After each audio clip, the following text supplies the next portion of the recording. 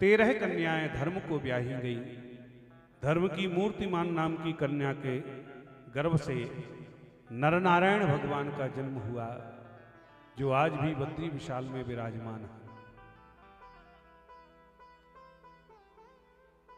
और एक बिटिया जिसका नाम स्वाहा और एक जिसका नाम स्वधा, जो पितरों को ब्याही गई। और सबसे छोटी बिटिया जिसका नाम था सती, उनका विवाह भूत भावन भगवान शंभु के साथ में संपन्न हुआ। परीक्षित बोले, महाराज हमने ऐसा सुना है कि सती जी का कोई वंश नहीं चला और इनको अपने पिताजी की यज्ञ में जाकर के प्राण त्यागना पड़ा। ऐसा क्या कारण बना? क्योंकि दक्षो दुहित वत्सला, दक्ष तो अपनी बेटियों को बहुत प्रेम करता है। तब श्री सुखदेव भगवान वर्णन करते हैं कि राजन, एक बार दक्ष को ब्रह्मा जी ने प्रजापति का पद दे दिया। देवताओं में प्रजापति का पद बहुत बड़ा होता है। और पद आवे और मदना, असको नहीं जन्मा जगमाही, प्रभुता पाए काहे मदनाई। पद आता है तो मद खोपड़ी पर पहले ही बैठ जाते। सारे देवताओं ने दक्ष का स्वागत सम्मान समारोह रखा। सारे भूमंडल के देवी देवता पधारे। श्री हरि नारायण भी गए, विधाता ब्रह्मा भी गए, भूत भावन भगवान शंकर भी गए। पर जैसे ही दक्ष प्रजापति आया सभा में, तो सभी ने खड़े होकर के इनका स्वागत किया। पर भगवान श्री हरि नारायण ने विचार किया, हमारा तो नाती है, हम काहे को खड़े हो गए इसके स्वागत में। नारायण खड़े नहीं हुए तो ब्रह्मा जी ने सोचा हमारा तो बेटा ही है, और बेटा कितना भी बड़ा बन जाए पर बाप तो बाप होता। एक बोले, महाराज बाप और मां में अंतर क्या है? तो हमने कहा बोल के देख लो, बोलो मां। तो बोले मां। हमने कहा बोलो बाप। तो बोले बाप। तो हमने कहा अंतर स्पष्ट है। मां कहते ही बच्चे का मुंह खुल जाता है। जिसको बोलते ही बच्चे का मुंह खुल जाए वो तो है मां, और जिसके बोलते ही बोलती बंद हो जाए वो है बाप, वो है आप। बोलो राधे राधे राधे। तब ब्रह्मा जी ने विचार किया, हमारा तो बेटा है, हम काहे को खड़े हो गए। भगवान शंभु ने विचार किया, नारायण हरि खड़े नहीं हुए, विधाता ब्रह्मा खड़े नहीं हुए, तो हम ही काहे को खड़े हो गए। अभिमानी व्यक्ति के सम्मान में कितने लोग हाथ जोड़ करके खड़े हैं वो कभी नहीं देखते। कौन खड़ा नहीं है उसकी दृष्टि उस पर रहती है।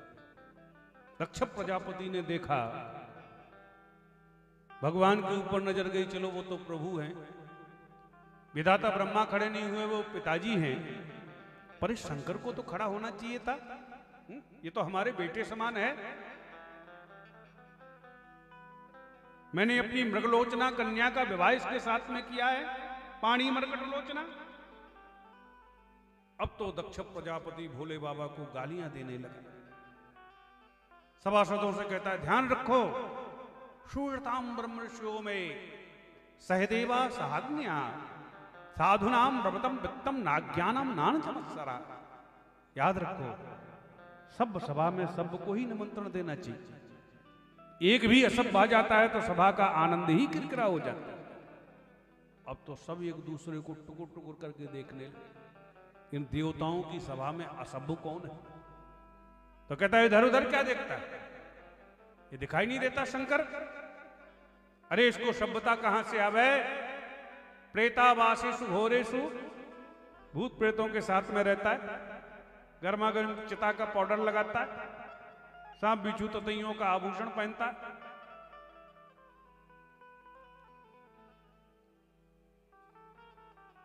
नंदीसोर से नहीं रहा गया, क्योंकि हरिहर निंदा सुनहि जो काना, होय पाप गौ घात समाना। नंदीश्वर तमक के खड़े हुए और बोले, भोले बाबा आपके ससुर साहब कुछ ज्यादा ही बड़बड़ कर रहे, आपका आदेश मिला तो 1 मिनट में इनकी बोलती बंद कर दो। भोले बाबा बोले बिल्कुल नहीं भैया, ससुराल की गाली सबको खानी पड़ती। राम जी ससुराल गए तो उनको गालियां पड़ी। अंतर यह है सब लोग विवाह में गालियां खाते, हम विवाह के बाद में खा रहे। भोले बाबा का आदेश नहीं मिला तो बेचारे हाथ मलते हुए नंदीश्वर बैठ गए। दक्ष ने खूब गालियां दी और अंत में शाप ही दे दिया, आज से मैं शाप देता हूं कि शंकर को किसी भी यज्ञ अनुष्ठान में सम्मिलित न किया जाए। अब तो नंदीश्वर तमक के खड़े हो गए और बोले, दक्ष प्रजापति, मेरे भोले बाबा की सहनशीलता को तू कायरता समझता है क्या? भोलेनाथ कुछ नहीं बोलेंगे तो तेरे मन में जो आएगा वो बड़बड़ाया जाएगा। जब मैं भी शाप देता हूं तो 1 घंटे से बड़बड़ कर रहा है, तुझे बकरे का मुंह लग जाए। तो दक्ष का भी पक्ष लेकर के कुछ ब्राह्मण देवता खड़े हो गए। ए नंदीश्वर, ससुर दमाद की लड़ाई में तुम काहे को बीच में खड़े हुए? जाओ, हम भी शाप देते हैं कि तुम्हारे जैसे शंकर जी के गण सब पाखंडी हो जाए। तो भोले बाबा के गण खड़े हो गए। ए पंडित जी, तुमने हमें शाप दिया, जाओ हम भी शाप देते हैं कि तुम्हारे जैसे ब्राह्मण सब भिखमंगे हो जाएं, सर्वभक्षा दुजातय। अब तो एक दूसरे पर सापा सापी चल। एक बोले, भैया ये सम्मान समारोह हो रहा है या साप समारोह हो? भोले बाबा समझ गए, पतली गली से निकले और कैलाश पर्वत पर समाधि लगा करके बैठ गए। कालांतर में दक्ष प्रजापति ने सैकड़ों यज्ञ किए पर किसी में भी भोले बाबा को निमंत्रण नहीं दिया। आज कनखल में बृहस्पति समम नाम का यज्ञ किया, जिसमें संपूर्ण भूमंडल के देवी देवताओं को निमंत्रण दिया, पर भोले बाबा को कोई चिट्ठी पत्री नहीं भेजी। सती जी 16 बहनें हैं, सबके विमान कैलाश पर्वत से ऊपर ही गड़गड़ाते हुए चले जा रहे। सती जी ने देखा तो क्या देखा, हमारी बहन जी चली जा रही। कहां जा रही हो? अरे बोले, चलो पिताजी ने यज्ञ किया है, आप नहीं चलोगी? सती जी बोली, आप चलो, मैं पीछे से आ रही। भोले बाबा तो समाधि में बैठे थे। सती जी ने भोले बाबा के चरण दबाना प्रारंभ कर दिया। भोले बाबा की अचानक समाधि खुली तो बोले, देवी आज इतनी चरण सेवा काय को हो रही है? तब सती जी हाथ जोड़ करके बोली, प्राणनाथ आपको पता नहीं है, प्रजापतिस्ते स्वसरस सांप्रदम निर्यापितो यज्ञ महोत्सवा किला। आपको पता नहीं, आपके ससुर साहब ने बहुत बड़ी यज्ञ का आयोजन किया है और अपना काम बनाना कोई सती जी से सीखे। आज ये नहीं कह रही हमारे पिताजी, ना आपके ससुर साहब, आप भी चलो ना। भोले बाबा बोले, हमें तो कोई चिट्ठी पत्री दी ही नहीं, तो हम काहे को चले? अरे ऐसा कहीं हो सकता है कि आपको निमंत्रण ना आया हो? आप रहते ही ऐसी जगह हो, किसी भूत प्रेत के हाथ में पड़ा हो, उसने फाड़ के फेंक दिया हो। तब भोले बाबा कहते हैं, देवी ये कुछ बात नहीं है, तुम्हारे पिताजी के सम्मान में हम खड़े नहीं हो पाए तो 1 लाख गालियां भरी सभा में दी, और लगता है उस दिन का क्रोध उनका आज भी नहीं निकला और उसी की वजह से उन्होंने हमें निमंत्रण नहीं दिया। देवी कदाचित कोई बाण मार दे तो कालांतर में बाणों के द्वारा जो घाव होता है, औषधियों के द्वारा वो समाप्त हो जाता है, पर वाणी के बाणों से जो हृदय में घाव होते हैं, वो दिवानिसम तप्यति मर्मताड़िता, दिनों रात मरने से भी ज्यादा पीड़ा पहुंचाते हैं, और वो हृदय के घाव कभी समाप्त नहीं होते, इसलिए हम नहीं जाएंगे। भोले बाबा ने जब मना कर दिया तो सती जी की तो लाल लाल आंखें हो गई। माताओं को कोई मायके जाने से मना कर दे महाराज, फिर तो इनकी सूरत देखते ही बनती। लाल लाल नेत्रों से भोले बाबा को ऐसे देखती हैं मानो आज जला करके भस्म कर देंगे। सती जी कहती महाराज तो मैं तो जाऊंगी। भोले बाबा तो नेत्र बंद करके बैठ जाते हैं कि हुई है सुई जो राम रच राखा। पिताजी का प्रेम उमड़ता है, सती जी निकल पड़ती, थोड़े दूर जाती हैं, फिर मन में विचार आता 2-4-10 दिन तक पिताजी के यहाँ रह लेंगी, जीवन भर तो इन्हीं के साथ रहना। सो लौट आती। सती जी जैसे ही लौटती हैं, सती जी जब जाने लगती हैं तो भोले बाबा नेत्र खोल करके देखने लगते क्या सचमुच चलेंगे, और जैसे ही लौटती हैं सोई नेत्र बंद करके फिर बैठ जाते हैं। ऐसे लगता है जैसे आज कैलाश पर्वत पर एक साथ 2 सती प्रकट हो गई। निष्कामती निर्मससी दुधा ससा। अब की बार प्रेम उमड़ा पिताजी का तो चल ही दी। दक्ष ने सबको रोक रखा था कि वैसे तो सती को मैंने निमंत्रण दिया नहीं, कदाचित बगैर बुलाए आ जाए तो कोई बात नहीं करना। सती जी की बहनें मिलती हैं व्यंग के बाण चलाते हुए, अरे आओ आओ सती बहन, कब से तुम्हारी प्रतीक्षा कर रही थी, मेरी बहन सती नहीं आई, सती नहीं आई। पर मुझे तो यहां आने के बाद पता चला कि तुझे पिताजी ने निमंत्रण नहीं दिया। अच्छा चलो छोड़ो, और घर में सब कुशलता तो है कि नहीं? अच्छा सती, घर कहीं बनाया भी है या मरघटा में ही रहती हो?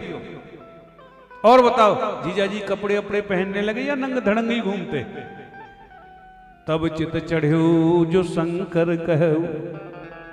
सती जी को अब भोले बाबा की बातें याद आने लगी, पर सती जी ने मन में विचार किया मायका तो मां से होता है, चलो अपनी मां से तो मिल लें। और सती के ना आने का हृदय से किसी को कष्ट था तो वो केवल इनकी मां प्रसूति को। जैसे ही अपनी बिटिया सती को आता हुआ देखा तो तुरंत हृदय से लगा लिया।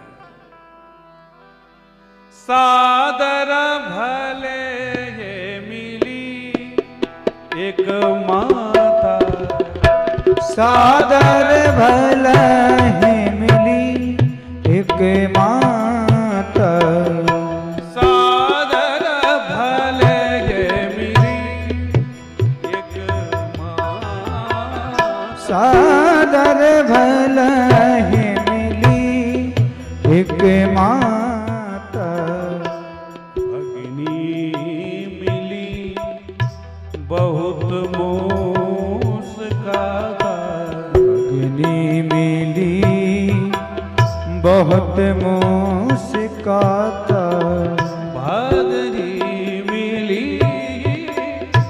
बहुत मुस्काता, भगिनी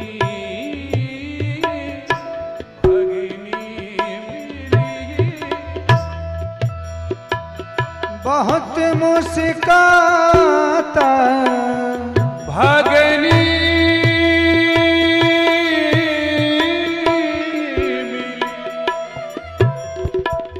भगिनी मिले भगनी भगनी मिले बहुत बहुत बहुत मुस्काता, भगिनी मिली बहुत मुस्काता, सादर भले ये मिली एक माता, सादर भले मिली एक माता, भले ये मिली एक माता, सादर भले ये, सादर भले ये, सादर भले ये मिले एक माता। धसर ग पधरि ध मगर ग। सती जी ने विचार किया, चलो यज्ञशाला का दर्शन कर आए। यज्ञशाला का दर्शन करने के लिए गई तो समस्त देवी देवताओं का भाग तो रखा है, पर भोले बाबा का कहीं कोई भाग नहीं है।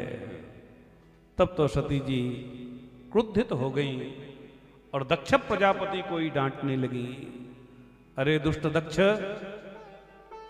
जो भोले बाबा का नाम शिव 2 अक्षर का जो ले लेते हैं उनके सारे अमंगल नष्ट हो जाते हैं। ऐसे आशुतोष भगवान से तूने द्रोह किया है। जब तक मेरा ये शरीर रहेगा तब तक लोग मुझे दाक्षायणी दक्षपुत्री कह के बुलाएंगे और शिवद्रोही से मैं कोई संबंध नहीं रखना चाहती हूं। तुरंत भोले बाबा के ध्यान में बैठ करके सती जी ने अपने प्राण ही त्याग दिए। सती जी के निधन का समाचार भोले बाबा को जब पता चला तो भोले बाबा ने अपनी जटाओं को पकड़ के धरती में पटक दिया।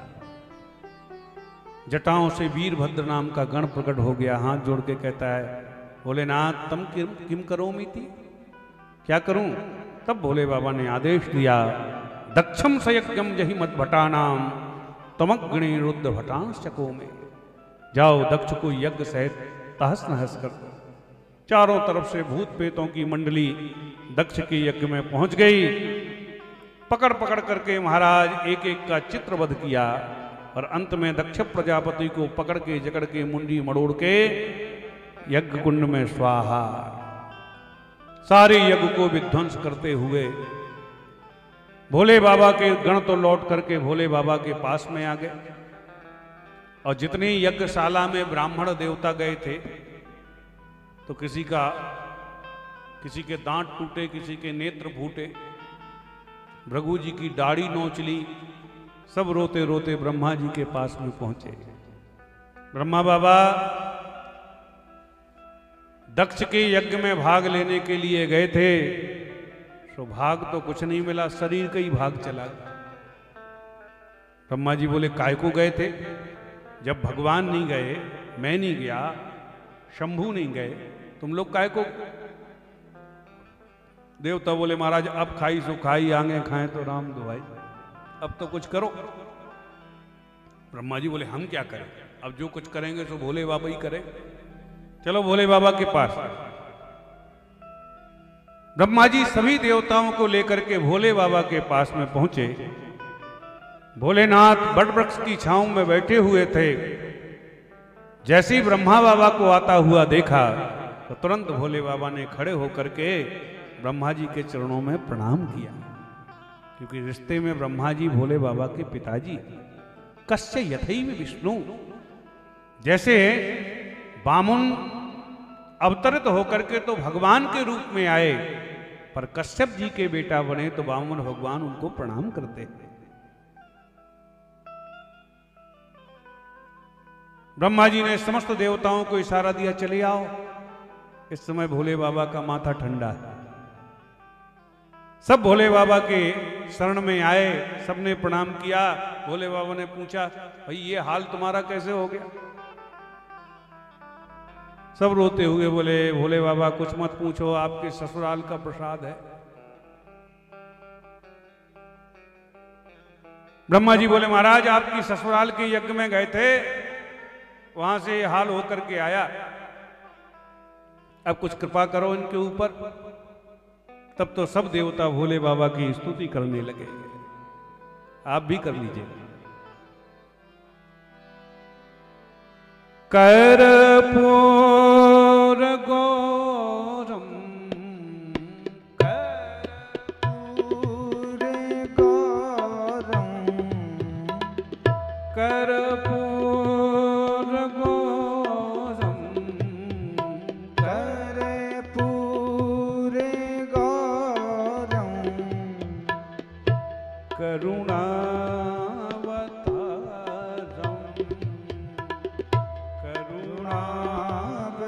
अवतारम संसार सारम भुजगेन्द्रहारम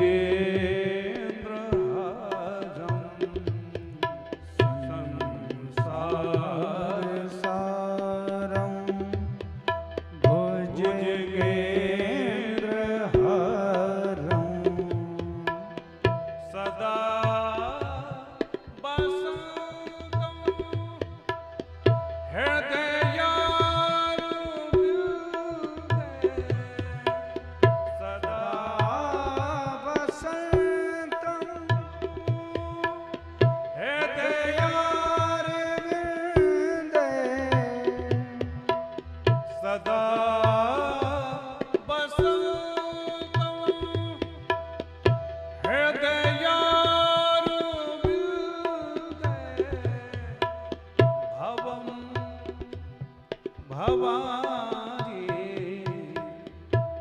सहितं नमामि। पूरे गौरम कर्पूरगौरं करुणावतारं संसारसारं भुजगेन्द्रहारं सदा हृदयारविन्दे भवं भवानी सहितं नमामि। पूरे गौरम कर्पूर गौरम गौरम करुणावतारम संसार सारम भुजगेन्द्र हारम कर्पूर गौरम गौरम पूरे गौरम पूरे गौरम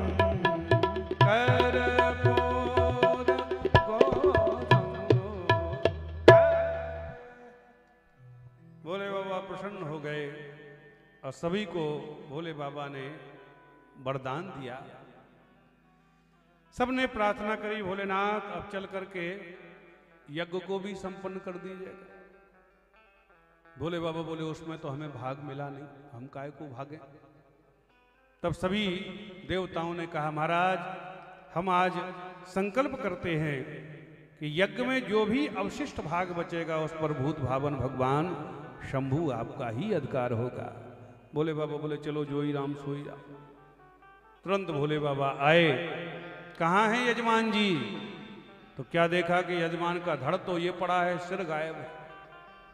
नंदीसुर दौड़े दौड़े गए और एक बकरे का सिर लेकर के आए तो भोले बाबा ने दक्ष प्रजापति के धड़ से बकरे का ही सिर जोड़ दिया, पुनः जीवित हो गए और भोले बाबा की बड़ी सुंदर स्तुति करने लगे।